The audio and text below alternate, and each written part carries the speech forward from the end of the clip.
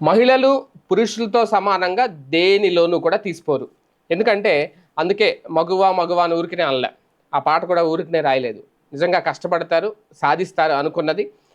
ఇప్పుడు చాలా వరకు భార్యాభర్తలు ఉద్యోగాలు చేసుకుంటున్నారు, కష్టపడుతున్నారు, సంపాదించుకుంటున్నారు. పట్టణాల్లో, సిటీల్లో చూసుకుంటే సాఫ్ట్‌వేర్ కంపెనీలో ఎక్కువ ఆ తరహా ఇంతకు ముందుతో పోలిస్తే ఇప్పుడు ఇంకా మహిళల రేషియో పెరిగింది. ఉద్యోగాలు చేసే అమ్మాయిల సంఖ్య కూడా పెరిగింది మగవాళ్ళతో పోలిస్తే. అన్ని రంగాల్లోనూ ఆ రంగం, ఈ రంగం అని లేదు. అన్ని రంగాల్లో రాణిస్తున్నారు. షాపింగ్ మాల్స్ దగ్గర నుంచి డీమార్ట్స్, అలాగే ఆన్‌లైన్, అమెజాన్ ఒకటని కాదు. డోర్ డెలివరీస్ కూడా చేస్తున్నారు వాళ్ళు.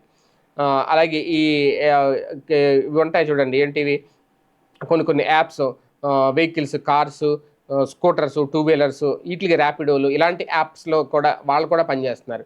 అంటే మహిళలు అన్ని రంగాల్లో ఉన్నారు. అంతేకాదు ఆన్‌లైన్ పేమెంట్‌ల్లో కూడా ఇప్పుడు మహిళలదే హవా తాజాగా.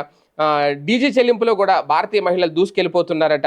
2014లో 14% మంది మహిళలు మాత్రమే ఈ చెల్లింపులు చేశారు. 2023 నాటికొచ్చేసరికి ఒక్కసారిగా 37% మంది.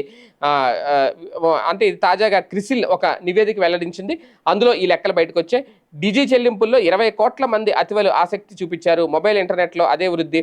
బ్యాంకింగ్ సేవల్లోనూ మహిళలే మహారాణులంటూ ఆర్‌బీఐ చెప్పుకొచ్చింది. అంటే ఒక రకంగా ఇందులో అన్ని రకాలు కూడా చూసుకోవాలి. ఎందుకంటే చెల్లింపులు, పేమెంట్స్ ఎందుకంటే అందరూ వాడేస్తున్నారు. ఇంతకుముందు ఎక్కడికెళ్ళినా క్యాష్ ఆన్ క్యారీ అని అంతా ఉండేది.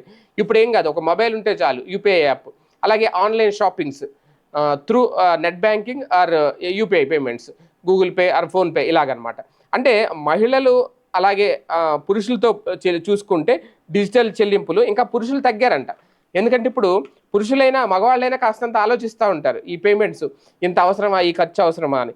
అదే మహిళలైతే మాత్రం వెనక్కి తగ్గరు. తగ్గేదే లేదు. వాళ్ళు కొనుక్కోవాలంటే కొనుక్కోవాల్సిందే. ఇప్పుడంతా ఆన్‌లైన్ అంతా అందుబాటులోకి వచ్చేసిన తర్వాత ఇంట్లో గుండు సూది దగ్గర నుంచి, చంపినేస్ దగ్గర నుంచి వాళ్ళకి ఏది కావాలన్నా సరే ఆన్‌లైన్‌లో అందుబాటులో దొరుకుతున్నాయి.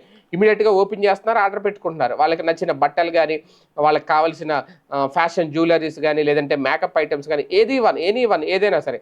సో, ఈ నేపథ్యంలోనే ఆన్‌లైన్ పేమెంట్స్ అనేది ఎక్కువగా అతివలు అంటే మహిళలే ఎక్కువ చేస్తున్నారు గతంతో పోలిస్తే.